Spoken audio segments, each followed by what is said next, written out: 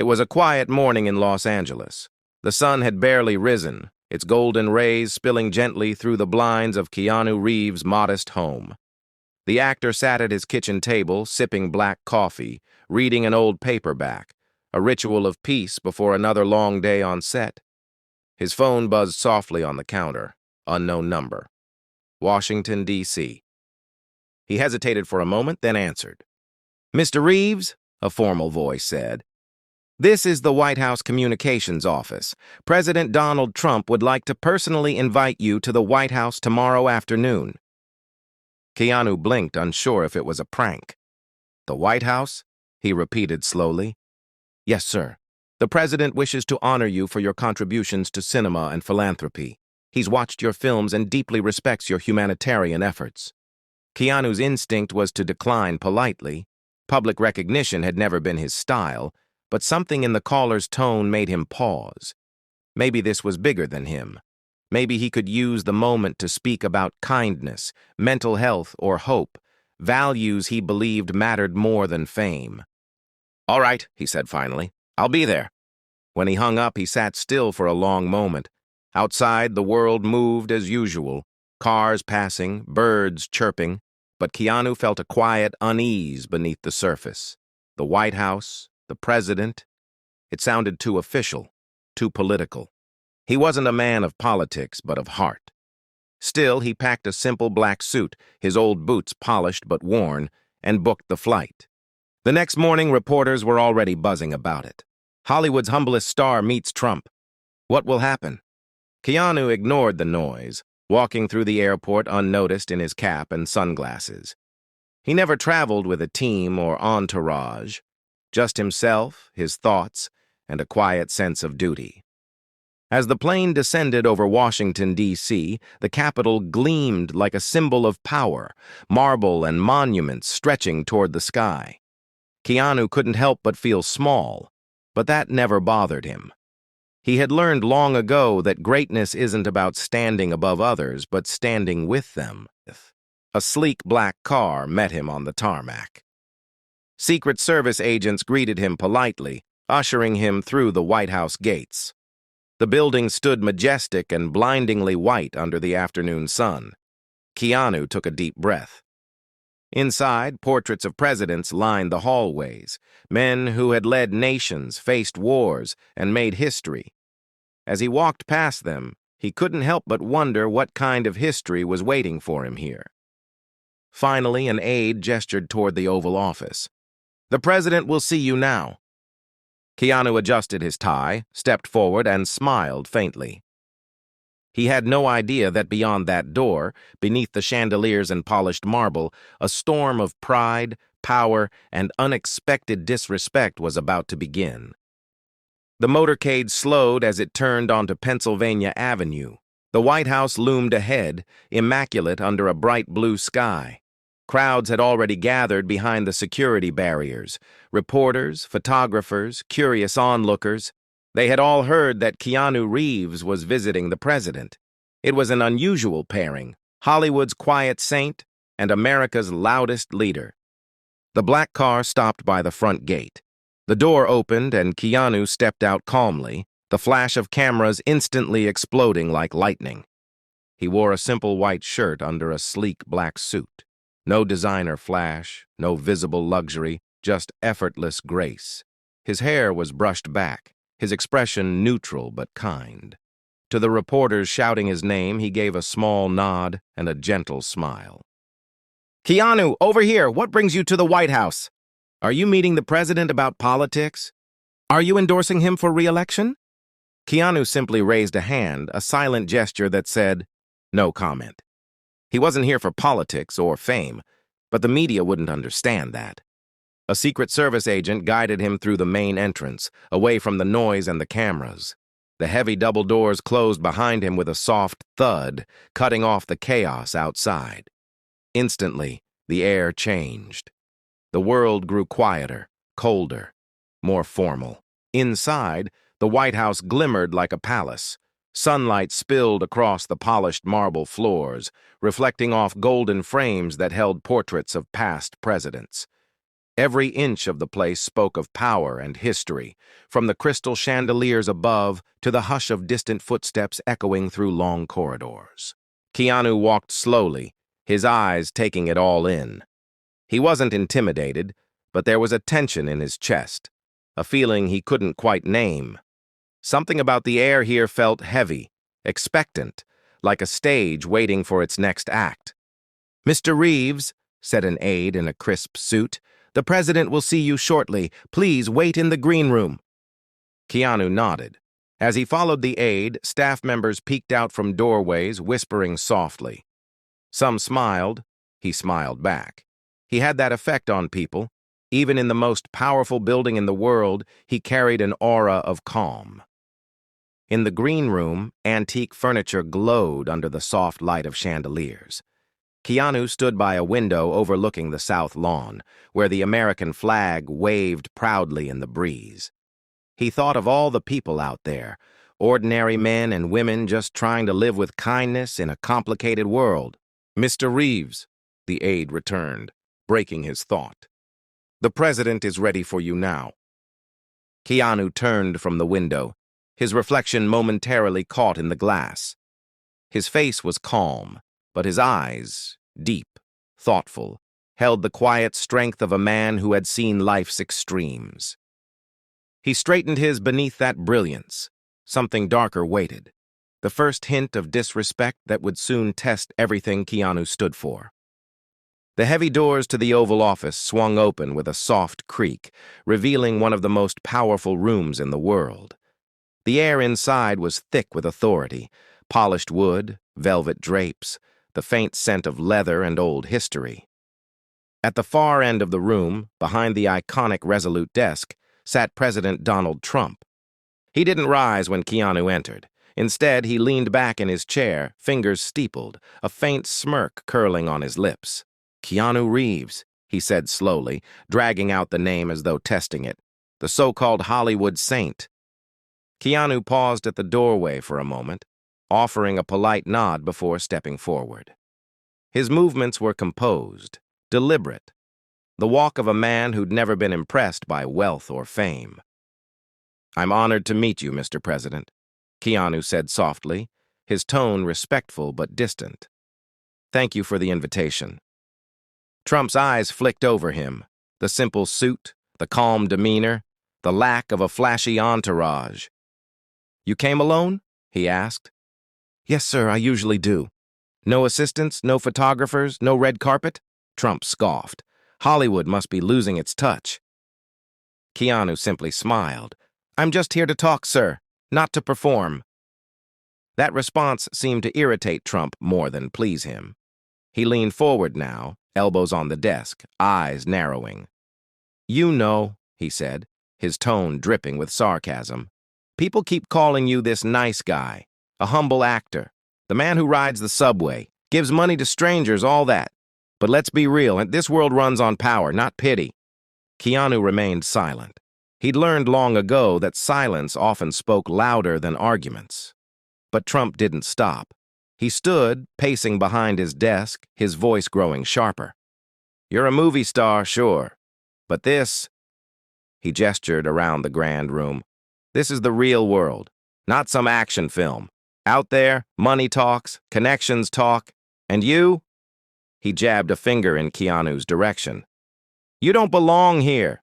You're a poor man who plays rich men on screen." The words hung in the air like smoke. The Secret Service agents near the door shifted uneasily, unsure whether to look away or stand straighter. Keanu looked at Trump, calm but firm. There was no anger in his eyes, only disappointment. "Sir," he said quietly, "I didn't come here to prove I belong. I came because I was invited. I came with respect." Trump chuckled coldly, his smirk returning. "Respect?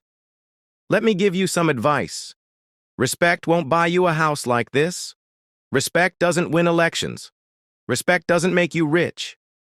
Keanu took a slow breath, his gaze steady. "Maybe not," he said, "but it's the one thing you can't lose once." The words hung in the air like a slap.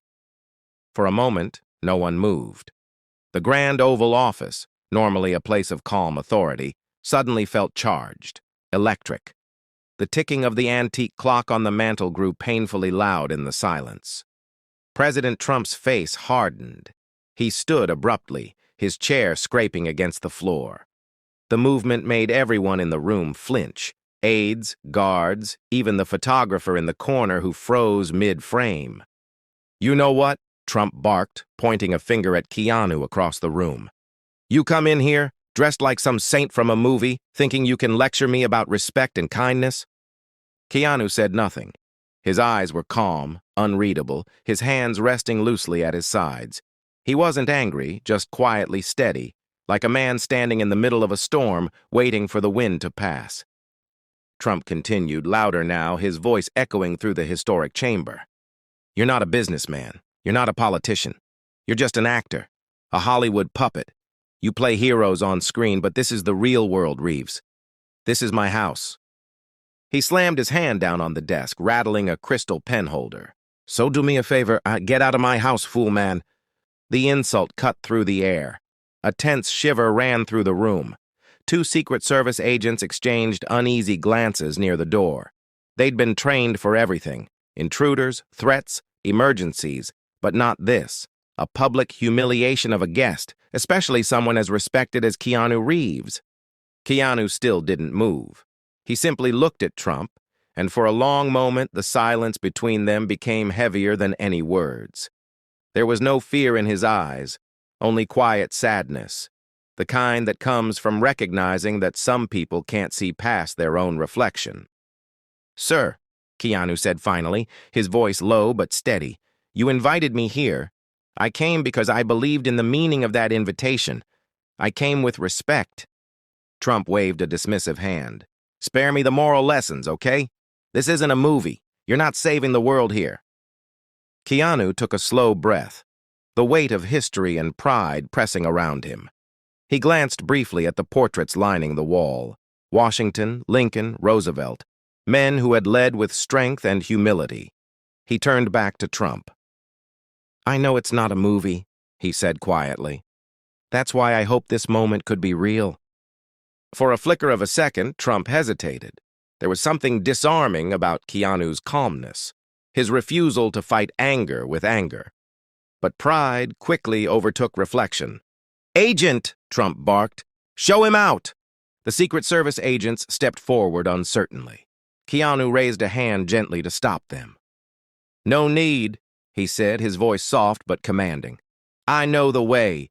And with that, he turned toward the door, walking with the same quiet dignity he'd entered with, leaving behind a silence that even the president couldn't fill.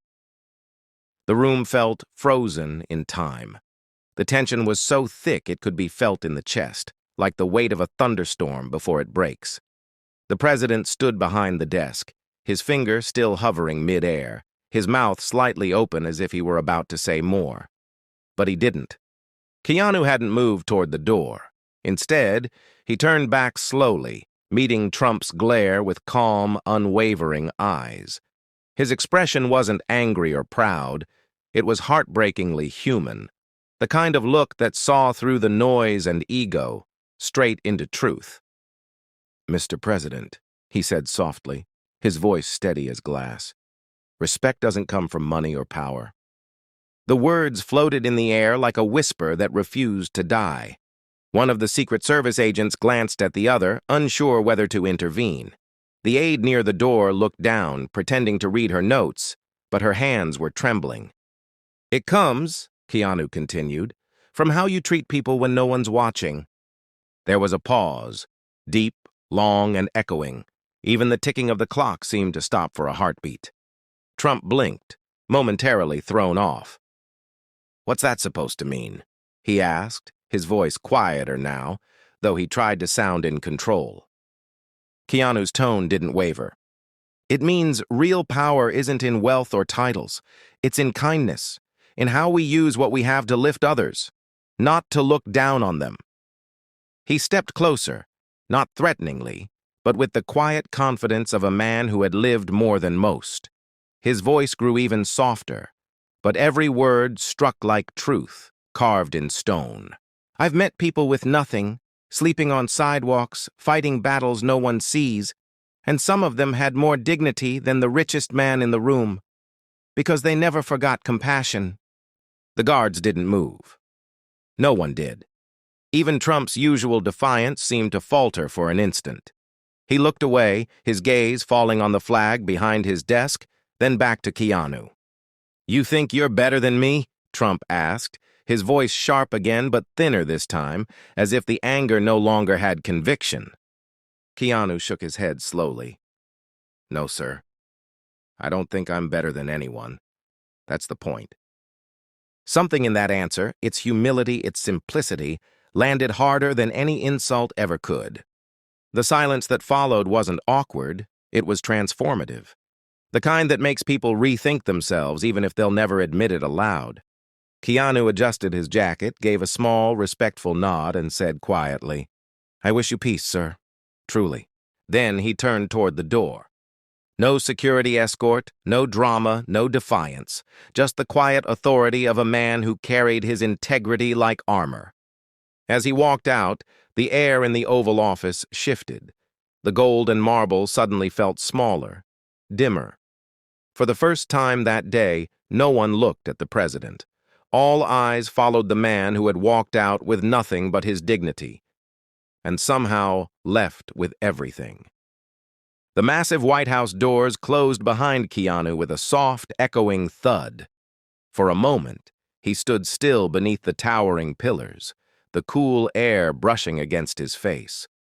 The muffled sounds of Washington buzzed in the distance, engines humming, tourists chattering, flags rippling in the late afternoon breeze. Then, as soon as the cameras caught sight of him, silence shattered into chaos. "Keanu, what happened inside? Did the president insult you? Sir, did you walk out on the meeting?" Flashes exploded from every direction, bathing him in a storm of artificial light. Dozens of microphones reached toward him like a forest of metal stems, each one hungry for a word, a reaction, anything. But Keanu said nothing. He just gave a polite nod, tucked his hands into his jacket pockets, and walked calmly toward the waiting car. To anyone watching, he looked peaceful, maybe even serene. But behind that quiet face was a heart that had seen the true face of power and pride that day. He wasn't angry. He was just sad. Sad that kindness was treated like weakness, that humility was mistaken for poverty of spirit. The car door closed, and the world outside blurred into flashes of white and gold. As the vehicle rolled through the streets of D.C., Keanu looked out the window, at the people walking, laughing, living ordinary lives. That's where real power was, he thought, in everyday decency, in how strangers smiled at each other without reason. By the time night fell, the world had already seen what happened. The footage, captured by a hidden camera near the doorway, went viral within hours. On every platform, the headlines screamed, "Keanu Reeves humiliates the president with class." Keanu's calm words shake the White House. Respect doesn't come from power. Keanu's lesson to the world. Clips spread across social media, viewed by millions within minutes. News anchors replayed his words again and again. Respect doesn't come from money or power. It comes from how you treat people when no one's watching. Celebrities reposted it. Teachers quoted it in classrooms. Even political commentators, from both sides, admitted it was one of the most powerful exchanges ever caught on camera. But Keanu stayed silent. No tweets, no interviews, no statements. He didn't need to explain himself. His silence said more than any speech could. Later that night, back in his quiet Los Angeles home, Keanu sat by the window, the city lights glittering in the distance like fallen stars. His phone buzzed endlessly on the table beside him. Messages, calls, invitations. He ignored them all. He took a slow sip of tea, closed his eyes, and exhaled. Then, almost to himself, he whispered, "Kindness is the real power." Outside, the night was calm, and somewhere across the world, millions of people were whispering the same words, finding hope in a man who had chosen. He walked into history, quietly, humbly, and with the kind of strength that no one could ever buy.